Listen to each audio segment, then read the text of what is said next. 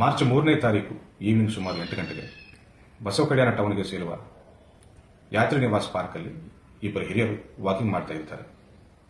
ಅದೇ park gate ಕಡೆ 6 ಯುವಕರು ಸೇರಿಕೊಂಡು ಕುಡಿದ ಅಮಲಿನಲ್ಲಿ ನ್ಯೂಸೆನ್ಸ್ ಮಾಡ್ತಿರುವಾಗ ಅವರಿಗೆ ಬುದ್ಧಿಮಾತು ಹೇಳಬೇಕಂತ ಇಬ್ಬರು ಹಿರಿಯರು ಅವರ ಕಡೆ ಹೋದಾಗ ವಾಗ್ವಿವಾದ ಬೆಳೆದು 6 ಯುವಕರು ಈ ಇಬ್ಬರು ಹಿರಿಯರ ಮೇಲೆ ಹಲ್ಲೆ ಮಾಡಿರ್ತಾರೆ. ಹಲ್ಲೆಗೆ ಒಳಗಾದ ಈ ಇಬ್ಬರು ಬಸವ ಕಲ್ಯಾಣ ಟೌನ್ ಪೊಲೀಸ್ ಸ್ಟೇಷನ್ಗೆ ಬಂದು ಕಂಪ್ಲೇಂಟ್ ಕೊಡ್ತಾರೆ. ಪೊಲೀಸರು ಪ್ರಕರಣ ದಾಖಲಿಸಿಕೊಂಡು 6 ಆರೋಪಿಗಳನ್ನು ಹಿಡಿಯಬೇಕೆಂದು ಹೊರಟಿದ್ದಾಗ ಸ್ಟೇಷನ್ ಮುಂದೆ ಒಂದು ಸಮುದಾಯಕ್ಕೆ ಸೇರಿದ ಜನರು ಸೇರಿಕೊಂಡು ಅಡೆತಡೆ ಮಾಡಿ ನಮ್ಮ ವೆಹಿಕಲ್ಸ್ಗೆ ಅಡ್ಡ ಬಂದು ನಮ್ಮ ಕಾರ್ಯಾಚರಣೆಗೆ ತೊಂದರೆ ಮಾಡಿದ್ದಾರೆ. ಅವರನ್ನು ಶಾಂತಿಯುತವಾಗಿ ಅವರನ್ನು ಡಿಸ್ಪರ್ಸ್ ಮಾಡಬೇಕೆಂದು ಪ್ರಯತ್ನ ಮಾಡಿದ್ರೂ ನಮಗೆ ಸಹಕಾರ ನೀಡದಿದ್ದರಿಂದ ಅವರ ಮೇಲೆ ಕೂಡ ಒಂದು ಪ್ರಕರಣ ದಾಖಲಿಸಿಕೊಂಡಿದ್ದೇವೆ.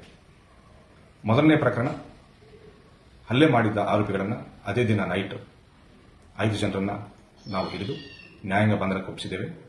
ಇನ್ನೊಬ್ಬ 6ನೇ ಆರೋಪಿಯನ್ನು ಕೂಡ ಹಿಡಿದು ನಾವು ಸದ್ಯ ಜುಡಿಷಿಯಲ್ ಕಸ್ಟಡಿಗೆ ನಾವು ಒಪ್ಪಿಸ್ತಾ ಇದ್ದೇವೆ.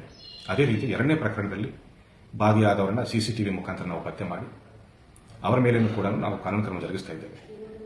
2 ಎಫ್ಐಆರ್ಗಳನ್ನು ದಾಖಲಿಸಿಕೊಂಡು ಇನ್ವೆಸ್ಟಿಗೇಷನ್ ಪಾರದರ್ಶಕವಾಗಿ ನಾವು ಮಾಡ್ತಾ ಇದ್ದೇವೆ. ಅದೇ ರೀತಿ ಈ 2 ಪ್ರಕರಣಗಳಲ್ಲಿ ಕೂಡ ಎಲ್ಲಿನೂ ಯಾವುದೇ ರೀತಿಯ ಕೋಮು ಆಯಾಮವಿಲ್ಲ ಅಂತ ನಾನು ಹೇಳ್ತಾ ಇದ್ದೇನೆ. ಬಸವ ಕಲ್ಯಾಣ ಸದ್ಯ ಸಿಚುವೇಶನ್ ನಾರ್ಮಲ್ ಇದೆ. ಅದೇ ರೀತಿ ಬೀದರ್ ಜನತೆಗೂ ಪ್ಲಸ್ ಬಸವ ಕಲ್ಯಾಣ ಜನತೆಗೂ ಶಾಂತಿ ಕಾಪಾಡಲು ಪ್ಲಸ್ ನೆಮ್ಮದಿಯಾಗಿರಲು ನಾನು ವಿನಂತಿಸಿಕೊಳ್ತಾ ಇದ್ದೇನೆ.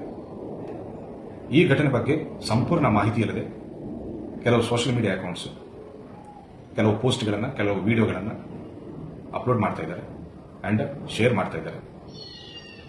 ಸಂಪೂರ್ಣ ಮಾಹಿತಿ ಇಲ್ಲದೆ ವದಂತಿಗಳನ್ನು ಹರಡಿಸುವ ಇಂಥ ಅಕೌಂಟ್ಗಳ ಮೇಲೆ ನಾವು ತೀವ್ರ ನಿಗಾ ವಹಿಸ್ತಾ ಇದ್ದೇವೆ. ಅದೇ ರೀತಿ ಈ ಪೋಸ್ಟ್ಗಳಿಗೆ ಉತ್ತರ ನೀಡುತ್ತಾ ಬೇಜವಾಬ್ದಾರಿತನದಿಂದ ಹಿಂಸೆಗೆ ಪ್ರಚೋದನೆ ನೀಡುವ ರೀತಿ ಪೋಸ್ಟ್ಗಳನ್ನು ಹಾಕ್ತಿರುವವರನ್ನು ಕಾಮೆಂಟ್ಸ್ ಮಾಡ್ತಿರುವವರ ಮೇಲೆ ಕೂಡ ನಾವು ನಿಗಾ ವಹಿಸ್ತಾ ಇದ್ದೇವೆ.